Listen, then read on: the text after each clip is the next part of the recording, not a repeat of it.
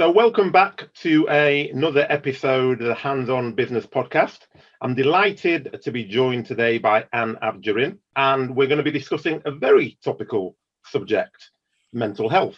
Now, that's obviously important for well-being, which therefore means it's important for performance, and that's true at all times of the year, but particularly pertinent during this COVID era. Now, Anne is joining us from the US of A, and she's on the Pacific Northwest of the United States. Do you want to just tell us where exactly that is? And for those of us that aren't that familiar with the geography of the US? Sure. So on the west coast of the US, I live in Portland, Oregon. So most people are familiar with California. And so just north of California is the state of Oregon, and north is Washington state. So Portland, Oregon sits close to mountains and beautiful rivers and ancient old growth forests. So it's a pretty spectacular natural area of the world. It rains a lot too, which I think you guys are familiar with. We are very familiar. I'm coming to you from Manchester. So Manchester is very, very well known for its rain, and it's actually quite miserable at the moment. In fact, my children describe it as a miserable Manchester. So I have a feeling that as soon as they're old enough, they might be leaving so-called miserable Manchester. So lack of sunshine is a real thing, right? So it impacts mental health as well. Well, yes, and we're going to be delving into that in some quite detail. But it's interesting because, you know, the reason why I'm so delighted Anne can join us today is she's got quite a unique perspective on this topic. Anne has been in business, and she's been in business with large global companies and the US Navy, including director level positions at Hyster-Yale and Nike. And interestingly, Anne has recently pivoted from those high power positions where she was, you know, a number of global, strategic, developmental consulting roles, and she's pivoted now to facilitating well-being at individual levels and as a mental health practitioner. So the obvious question for me and everyone listening is, what led you to pivot from, you know, being in these global roles to all of a sudden now moving into mental health and well-being? That's a good question, right? So I think there are a couple of factors that led to that. So first of all, I like to think of myself as a systems thinker. And so how do systems impact the individual, and how does an individual respond in systems? And so I saw that when I studied sustainability, sometimes we make the biggest impact at the local level. So I have always been curious about people, and people used to share their stories with me, quite personal stories randomly across my lifespan. And I thought, well, that's an honor to receive people's stories. And I'm always surprised by people's resilience, pleasantly surprised by people's resilience, and that we don't really know what a person is going through that we sit next to all the time. And what can I do with the information that I'm receiving? So kind of that personal piece really struck me as I got older, but also the idea that something about our 2016 election encouraged me to take action on the things I've been thinking about, and in particular, moving towards the listening mode. So I feel that the world needs more people to listen to each other at a profound level, at a personal level.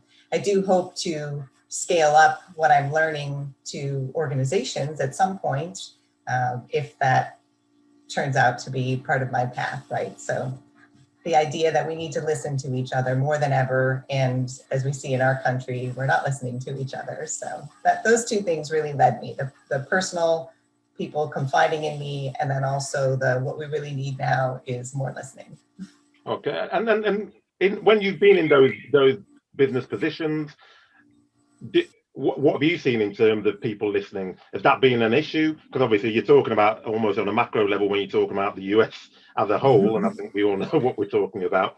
But from a business point of view, where you've been in those global positions, those high-power positions, do you feel that that's a challenge in business as well, the fact that people don't listen? Yeah, it goes to the interpersonal, the soft skills, that part of business, and also, are we even prepared to hear diverse opinions? I think there's a lot of room for more listening. So we see that in our need for more diversity in places of work. Also, when I think of things like extroverts and introverts, do we actually give equal time to introverts? Are we actually accounting for biological differences and differences in our temperament and personality? So when I think of business, I think business sometimes marches on and gives some lip service to human resources, but doesn't really pay enough attention, in my opinion, to the human part of that. And so that's what I think we need to bring back, is the human part of human resources and embracing the whole person. So I've had lots of personal experiences and strategic level experiences of not listening. And so I want to bring back the listening. And so what would you say is the outcome? Because you just mentioned there about your experience of people not listening. What would you say is the almost like the end outcome, bad end outcome of not listening? Right. So in an individual, it shows up as stress. We're going to talk a little bit about stress and anxiety today. And that can lead to sick days. That can lead even to disability, people taking time off from disability.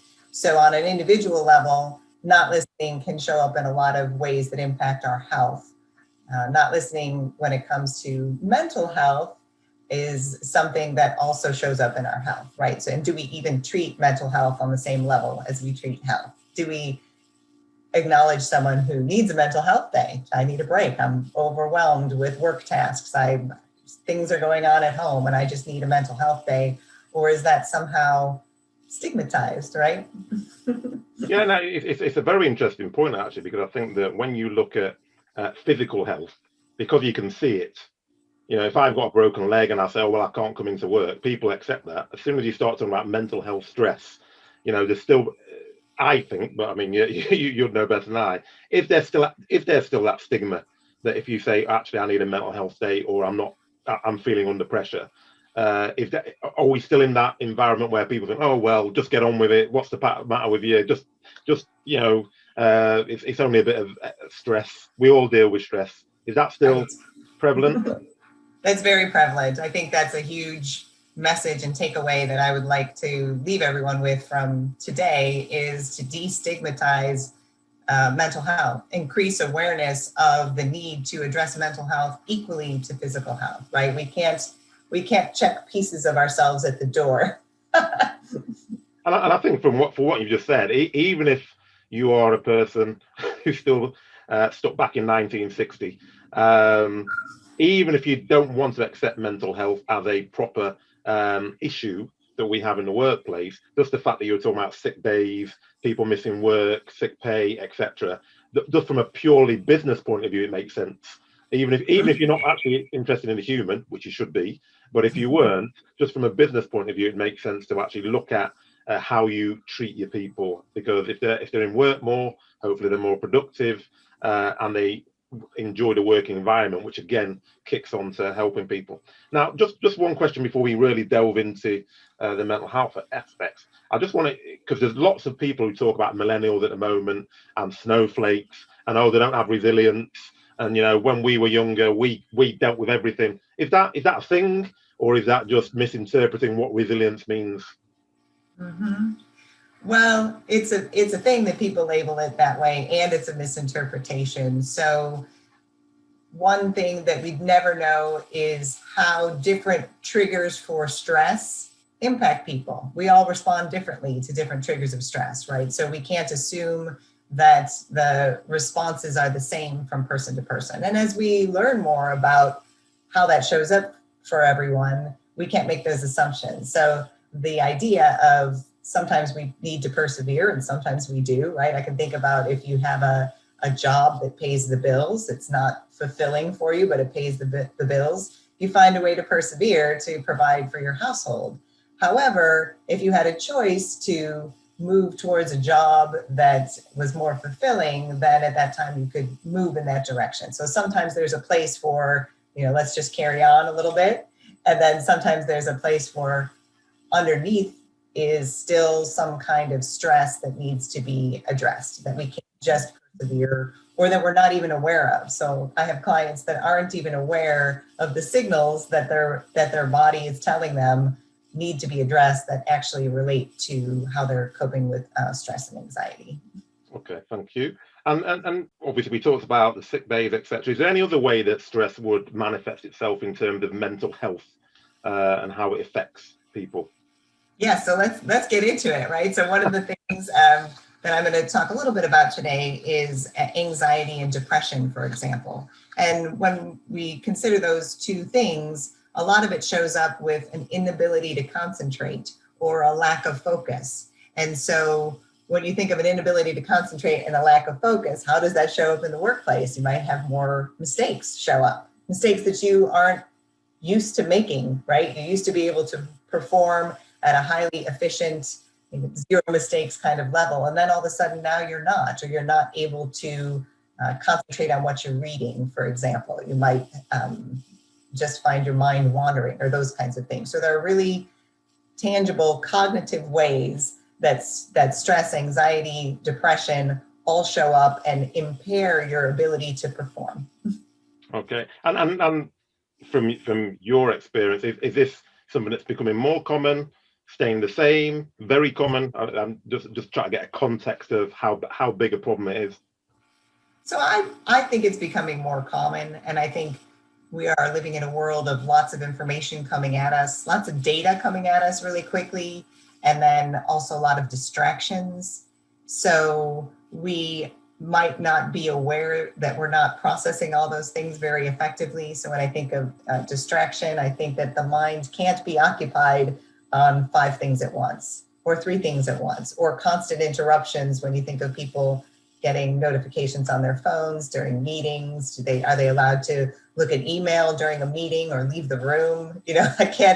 When I started in business, those things weren't a feature of a meeting. You met in a room, you held a meeting, it was over one topic or 2 or several, that kind of thing. And there weren't all these constant distractions. So there's reasons in society why we're being more distracted. And so we need to address some of those things.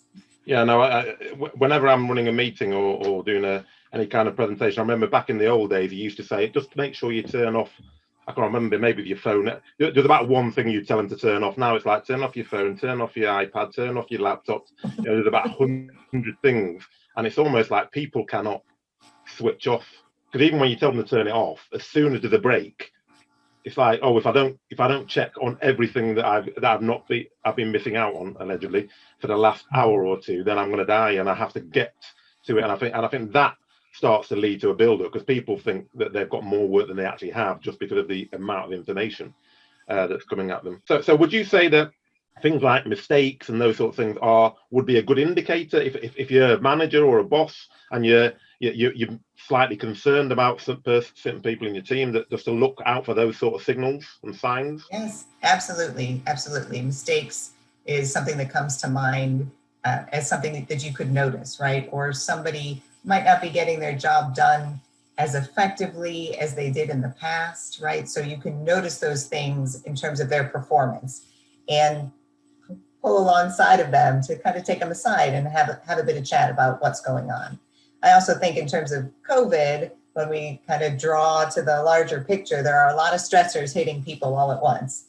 So just being proactive in being able to reduce someone's workload or make allowances for the stress that is coming at everybody in a way that we haven't seen or felt before, right? So having that situational awareness, like this is not normal times. Yeah, and that's a perfect point. So I'm assuming you've seen a lot more stresses and effects of mental health during this COVID period, because we're hearing all the time, not just about adults, which we often hear about, but it's now they're talking a lot about the fact that children, because they're not in school, and I know it's not exactly the same in the US, but certainly in the UK, most of our schools are shut except for essential workers. So, I mean, how are you seeing that manifest itself?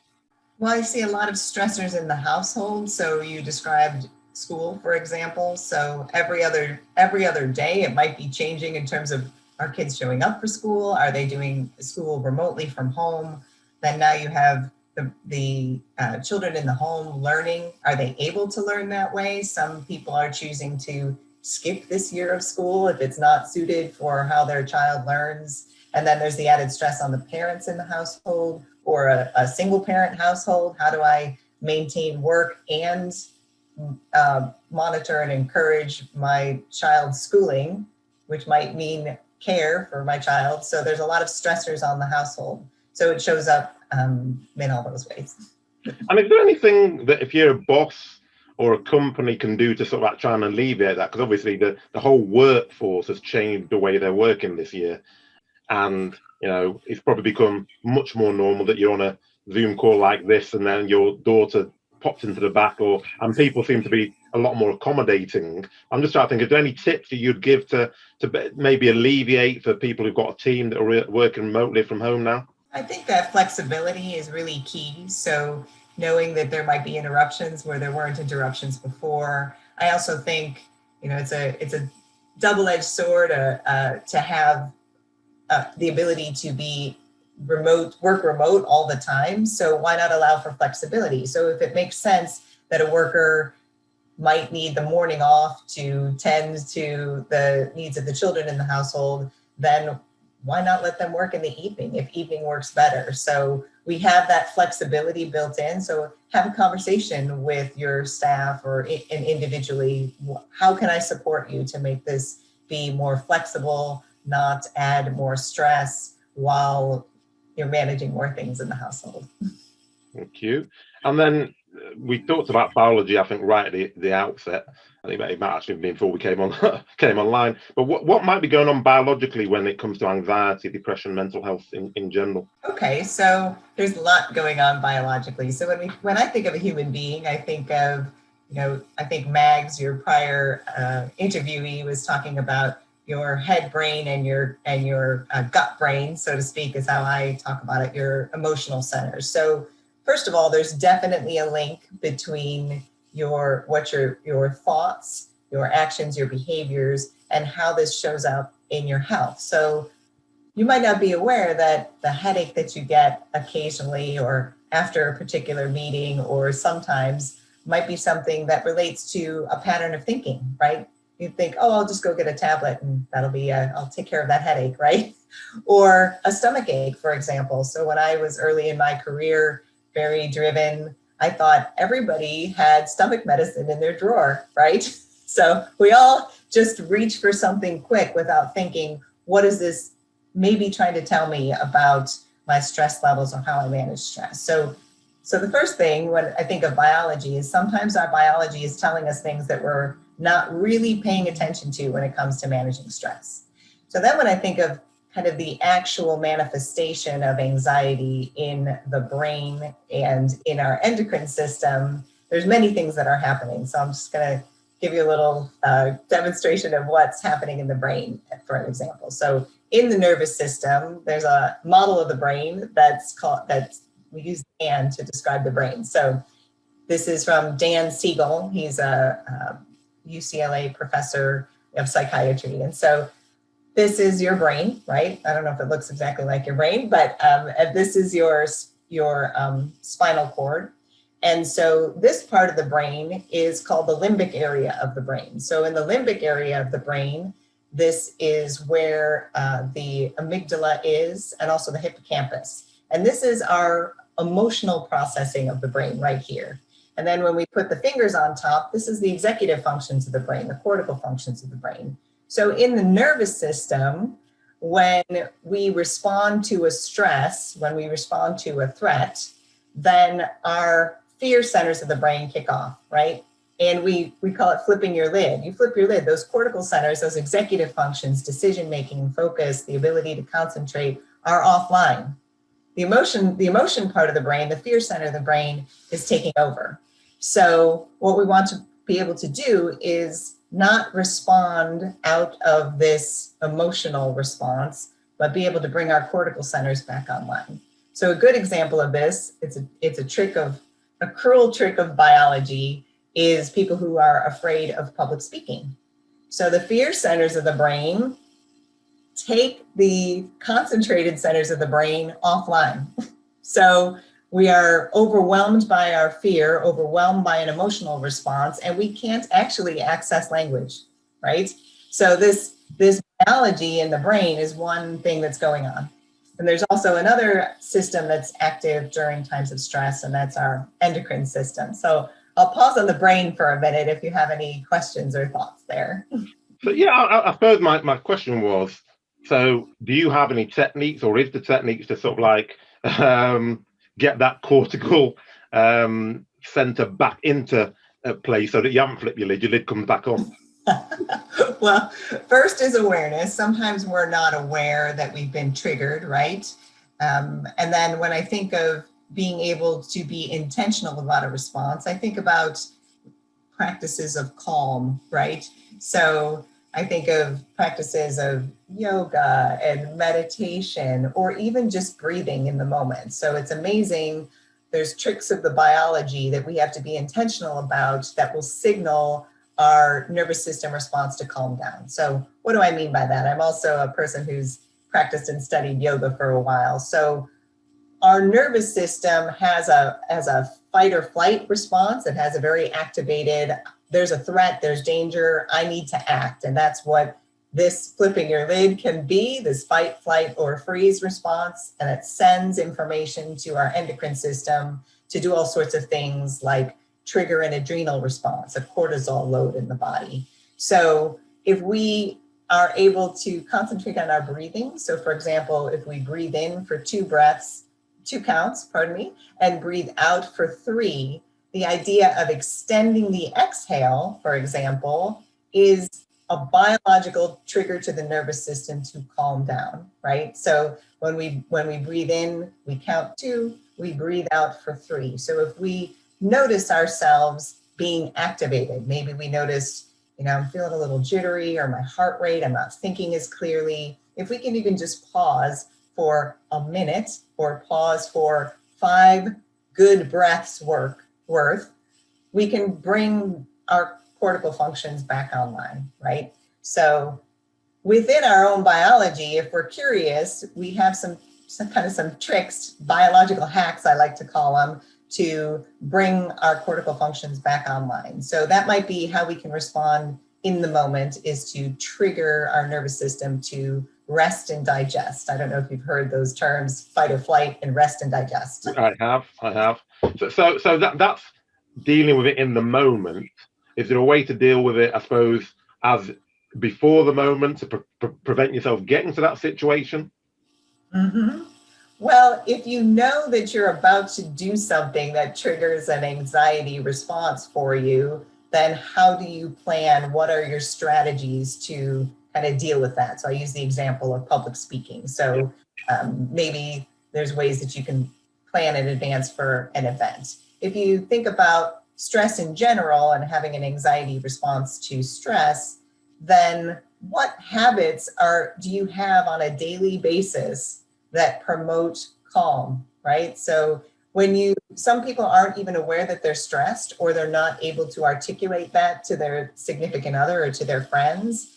And then if you are able to recognize that you're having some anxiety or a stress response, then what are your tricks? What are your habits that bring you calm? So I'll ask that of you, Hakeem, if we were to brainstorm right here. So what things do you practice, or what brings you calm?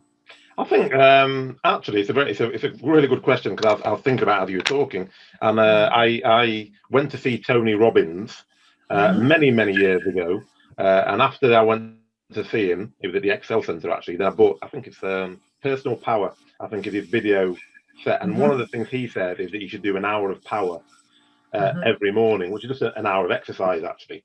So I don't do an hour.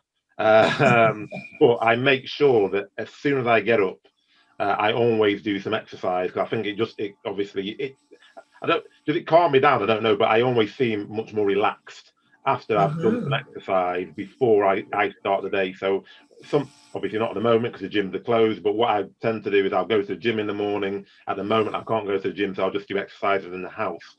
But certainly that does give me a sense of calm. I always feel much more relaxed and ready to face the challenges of the day, rather than just getting out of bed and then jumping on your computer, which is very easy to do, especially when you're working from home. Exactly. Well, I love that example, because exercise is such a great way to promote calm in the body. You know, I'm talking about biological calm, but just any kind of exercise. Walking is a great form of exercise. It's been studied a lot in terms of how we can maintain our stress through some movement, right? So don't just kind of sit and let everything fester in the body.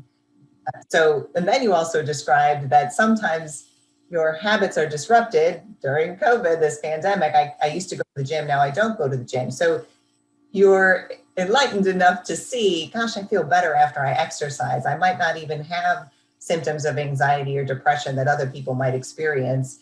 And I notice when it's gone that I'm not functioning like I used to. Either I'm not, showing up for work in the same way, I'm not available to my family in the same way. So how do we replace that? How do we replace that with exercise we can do at home or that kind of thing? And when I think about this pandemic, people might not have been aware of some of the habits that they had that brought their stress down.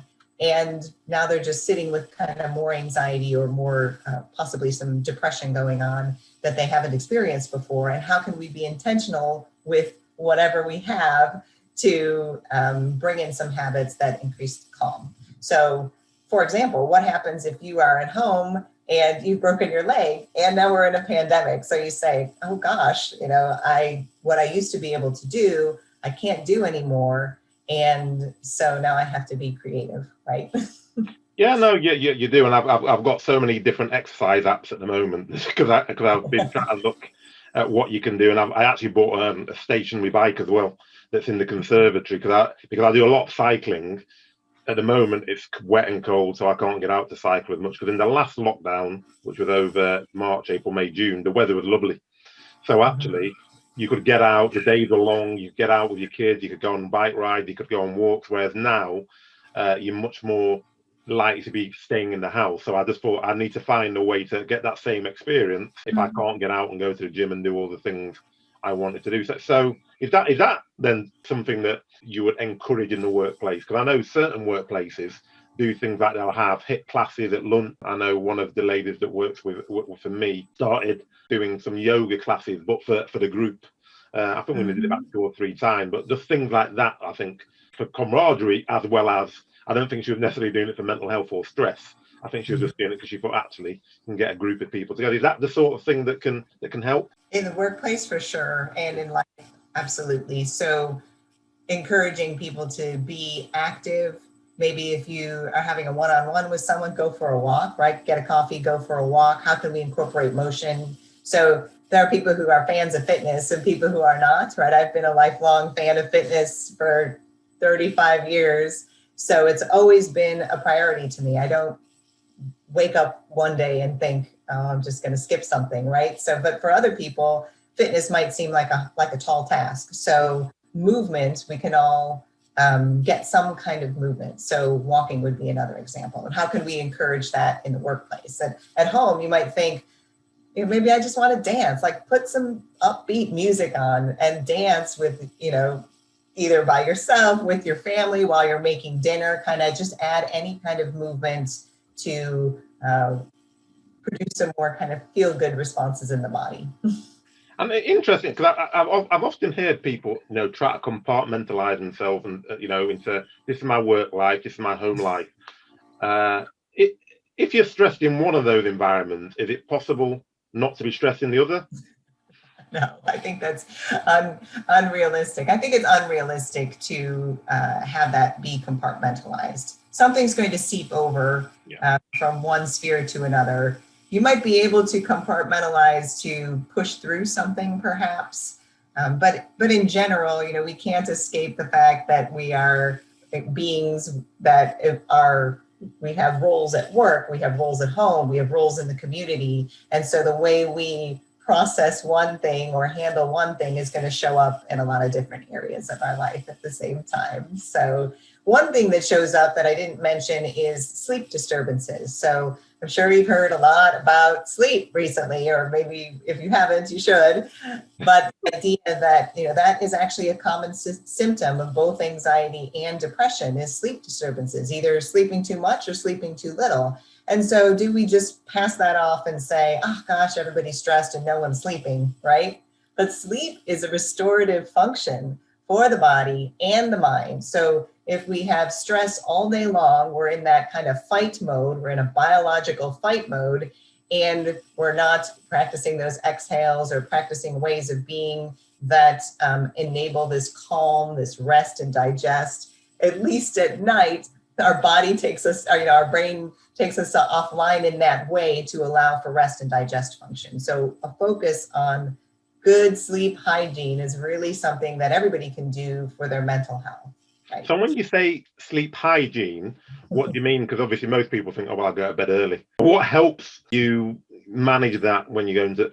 I'm very fortunate, I have to say. My wife complains all the time because I've always probably slept 8.5 hours a night ever since I was, I don't know, well, maybe not during the university years, but generally ever since I was about 16, I've always been very focused on making sure I get to bed at a good time and then get up at a reasonable time.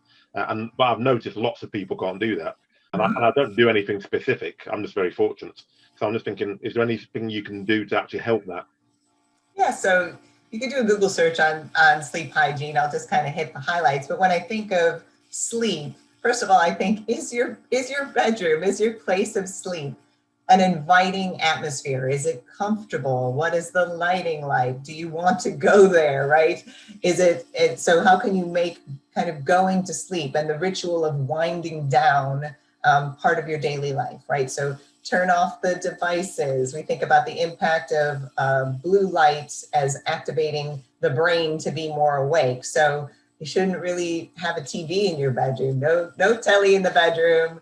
Turn off those devices before bed. So we're trying to wind down the body and the mind to be in a place of calm to enter sleep as peacefully as possible. Sometimes people choose that as a time to read for 15 minutes or an hour, right? That's my time to wind down and be not on a device, preferably, to just quiet the mind in those kinds of ways. Sometimes people choose that as their time of day to have a 15-minute meditation. So I think there are a lot of, I use the Calm app, for example, but there are a lot of just 15-minute meditations where you're inviting your body and your mind to relax and be calm and get ready for sleep.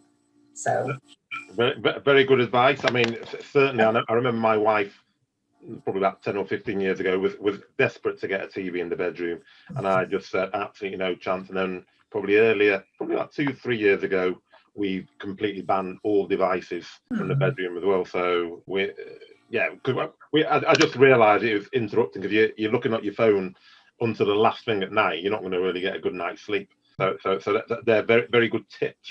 And I think it's important. I'm just trying to think about the people who are watching it, because I know there's lots of business people who think, oh yeah, well, why are they talking about mental health and it's all this airy fairy stuff? But what I'm taking from what you've said so far is really that it's obviously there's some signs that you can get an indication of someone suffering from stress and mental health, which is important, because if you can prevent that, you can prevent them going further down that pathway. But the key thing about being able to look and improve, hopefully, people's mental health and reduce the stress would be, from my takeaway, is that if you can do that, then just as a responsible employee and boss, you're helping people actually as humans, which is what you were talking about, human resources.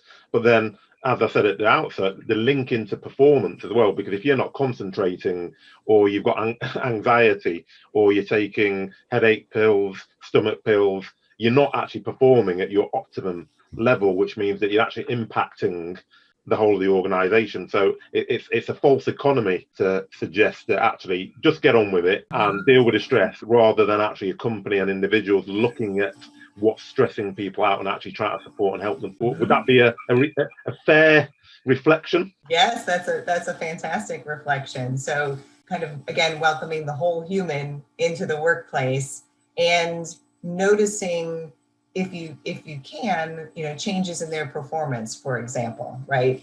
And how can we first create a workplace that invites the whole human to show up and make some of those HIIT classes available, yoga classes, take a walk. If somebody did decide they needed a quiet space, maybe they're dealing with a loss, someone they love just died, and they want to go somewhere. Are there rooms available for people to go to and just kind of have a quiet moment, or honor a religious holiday that might not be the holidays that the company recognizes, right? So do we have this space for people to take 15 minutes or 5 minutes, right? To even just take 5 minutes of a bio break or a wellness break between meetings. Are we scheduling meetings on top of each other? Are we really asking people to pay attention to 5 things at the same time? And if we are, we've kind of designed the workload or the process incorrectly, because we're not taking into account people's ability, mental ability to focus on only one thing at a time, not 5 things at a time. So we have to challenge those assumptions as well in terms of how am I building the workload in, and the timing, constant changes. So for a person who has some kind of anxiety disorder or has more anxiety, they want, in general, kind of some clarity, right? And not changes to the last minute. So there's a lot of ways that work organizations can think about, am I designing this for humans to thrive, or am I designing this in a way that promotes stress? So those are some things. I have lots of ideas there. It's a very interesting point, because the amount of times I've heard in businesses, I'm sure you have, oh, well, the job is only successful, or the company is only successful based on the people, and then we don't take care of the people. We want to work them into the ground, but you're telling me that actually the people are the company, and they are what determines how successful we are. Yet we're not. It's almost like you wouldn't have a car and drive it into a wall and then wonder why the car wasn't functioning correctly, whereas we seem to do that. And I'm hoping that as we move forward, then that and I don't want to be sexist, but that macho sense of, oh no, you just get out there, and if you've got stress is for wimps, and you just push through. I'm hoping that sort of mentality is starting to change, and actually having these sort of conversations will hopefully start to facilitate some of that change if people watch it and they're actually thinking, oh, actually, I've not reflected on it like that. I've not thought of the impact that it can have. So in terms of the organization, what can an organization do to recognize mental health as a whole in the workplace? Well, so first and foremost is destigmatize it, right? So we have some campaigns here. It's okay to not be okay, right? So those elevating the awareness, when I think of kind of the stages of change, pre-contemplation and contemplation, are we elevating awareness of the importance of mental health? And are we destigmatizing it? If we notice, a change in performance, do we add some situational awareness to that? What's going on in this person's life? Maybe there's something that's happening outside of work that is impacting work, and maybe they need to seek some professional help. And maybe professional help is seen as, something that is, I should feel like I need to hide, right? So if we destigmatize it and we say, like, hey, it's okay to not be okay. It's okay to sometimes need professional help. So one thing I think that we can really do in organizations is destigmatize the shame that comes up around mental health. And so we start with that personally, with our personal awareness, but also in the workplace, is it okay to seek some therapy services? Is that going to be a mark on someone's record? Like, this person couldn't, manage the stress, so now they're, seeking help. And what does that mean? So that's really a passion I have, is to bring mental health to the forefront of health, right? So again, we can't separate mind, emotion, and biology. We just can't. And so as leaders in organizations, destigmatizing and opening those conversations. And then also we could provide some ability to navigate, some clarity on the services that are available through the company, right? I hope that large organizations like a Nike, where I used to work, would have internal coaching and counseling, right? So why not make a human center of excellence and say, we all have things that happen in our life. We have changes in our health across our life. How do we cope with that, right? So if you're a physically fit person and now you are having a health challenge that compromises your ability to stay fit, how do you cope with that? And that's okay because we're human. So kind of the destigmatized piece, provide some information on access to services and even allow services to happen right within the company. I think those are, kind of three really good areas to focus on. Very good advice. And I mean, you mentioned Nike, and I'm not specifically going to focus on Nike, but you worked in some big companies. And have you seen any exemplars of mental health management or not? No, pretty much there's this in the course of my career, as a woman in business over the last 25 years, there's generally, we reward the brain, we reward efficiency and achievement. Sometimes the people who are high achieving perfectionists, those are the ones that get rewarded more and more. I'm just going to keep giving you more work and giving you more opportunity and all that, but we don't also then take a look at the rest of what's going on for the human being. So we push people to burnout, so to speak. I mean, they show up as well. They allow that to happen, by not stating their boundaries or noticing that the, stomach medicine in the drawer, the headaches all the time is, taking a toll on them. But companies will always keep asking, basically, they will keep asking for achievement and performance. And there's no recognition on how to optimize performance in all areas of your life, because we can't separate one piece from the whole, basically. Certainly, I mean, I think if you can optimize that performance, and it's interesting that you said that, because I think that's, it doesn't matter whether it's a big organization or a small organization, I think people tend to push until people break, actually, and then lots of people don't break visibly. But those things that we talked about earlier around possibly they're not sleeping that well, they've got the medication, their concentration's not that great, they're making mistakes, etc. So I think understanding those things really is critical.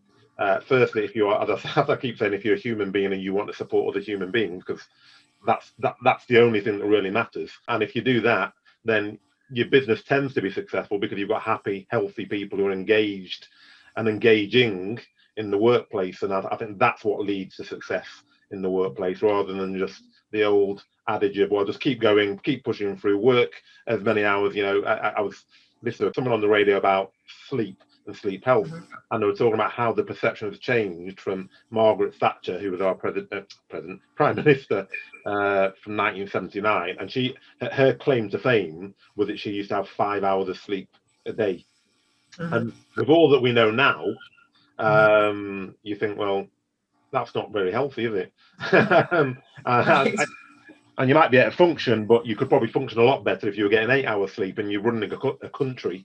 So maybe actually having a full night's sleep would be very helpful for you in terms of fulfilling your role. I was going to say, what you bring up is also a reflection of biological diversity. Maybe Margaret Thatcher can or was able to function on 5 hours of sleep. But for me, maybe I need 8 hours of sleep. And that's all okay. We can't base those, these are the leaders that we follow because they are engaged with work 20 hours a day, they sleep 4 hours, they drink green smoothies, kind of whatever it is, because we're all individuals. And so we have to also recognize that biological diversity in the workplace. So one thing I think about, for example, is travel, right? So there's a lot of business travel, at least there used to be pre-COVID days, and not everybody can cross time zones effectively, right? So that when we think of jet lag, there's lots of research out there that even with 2 hours time change or 3 hours time change, we can't function as optimally. So some people cross time zones, 8 hour time difference, and that's no problem. They can kind of function the next day. But if you have an employee who says, hey, I need to get there like a day or two early because I need to start adjusting so I can show up mentally and be okay, is that something that you even think about in your organization or even allow for? Is that there's this biological diversity in terms of what my body and brain can handle and what your body and brain can handle. So we really need to get curious about all these differences and assumptions that we make. So I think of another thing when it comes to people processing stress, or anxiety. When I think of the load of stress in my nation, political stress that has gone on, for some people, that's not even a factor, right? It's kind of background noise. They're not kind of emotionally invested in it, that kind of a thing. And so that's fine. It doesn't impact their performance. It impacts them maybe, a tiny amount. But for someone else who's deeply vested in politics, deeply invested in their identity as an American, and to hear all these things going on, this shows up as stress much more significantly than the person who's its background noise. How can you tell by looking at a person, who is more impacted by environmental events or political events and who isn't? How can we know? That hits home actually, because you just talked about looking at the individual, but the one that you just mentioned there about flying, it resonates very deeply with me because I don't suffer that much from jet lag actually. So when my team are flying, I'm always thinking, well, I can fly in the morning and I'm a couple of hours sleep and I can go into a meeting. And when they're sort of like saying, and I let them do it, but I have definitely in my mind thought, why do they need to get there 2 days before? Right. Surely they can just do what I do. And so that's just, as you were saying, I was just thinking, actually, that's me. Because I am almost projecting my personality and my behavior onto other people and saying, well, if I can cope with it, then everybody else should be able to cope with it. When that's I've just written that down. Actually, that's a takeaway from me.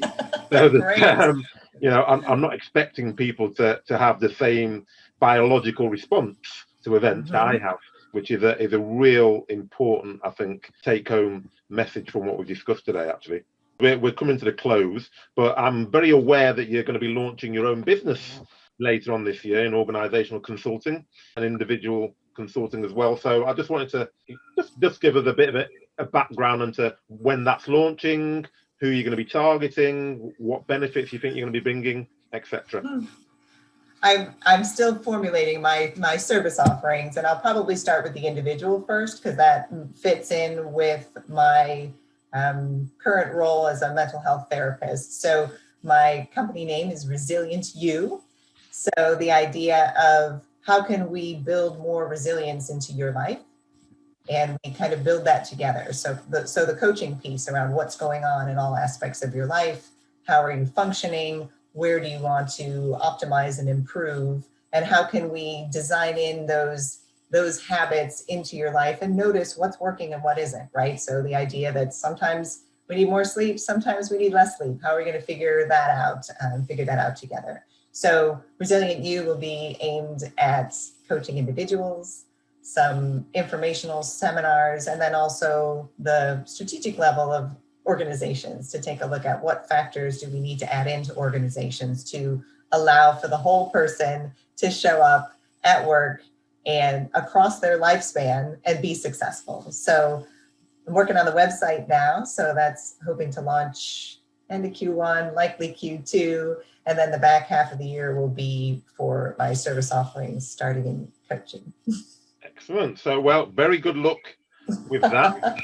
I think anyone who's watched this will understand and realize that you've got a lot of information, a lot of knowledge around mental health, well-being, coaching, and that obviously comes from your studies, but also from the fact that you've worked in business for a long period of time. And as I said at the outset, that makes you quite a unique individual, actually, having that high level corporate background, but then also pivoting into that well-being and mental health arena. So I think that's a really important section and area that more people need to be aware of. And I consider myself to be quite understanding of what's going on in the workplace and mental health and stresses, and I'm always looking for those telltale signs. But I've learned an amazing amount in this hour, so I'm sure that people who are watching this are going to have learned as much, if not more, than me.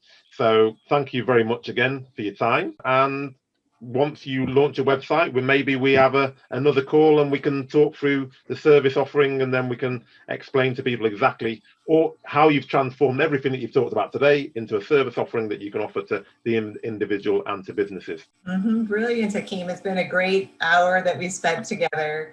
We need more leaders like you to show up and to lead us from an empathy piece, from a compassion piece, to recognize the importance of developing soft skills and showing up as a whole human in your whole life so you can thrive. So thank you, Hakeem. Thank you very much. All right.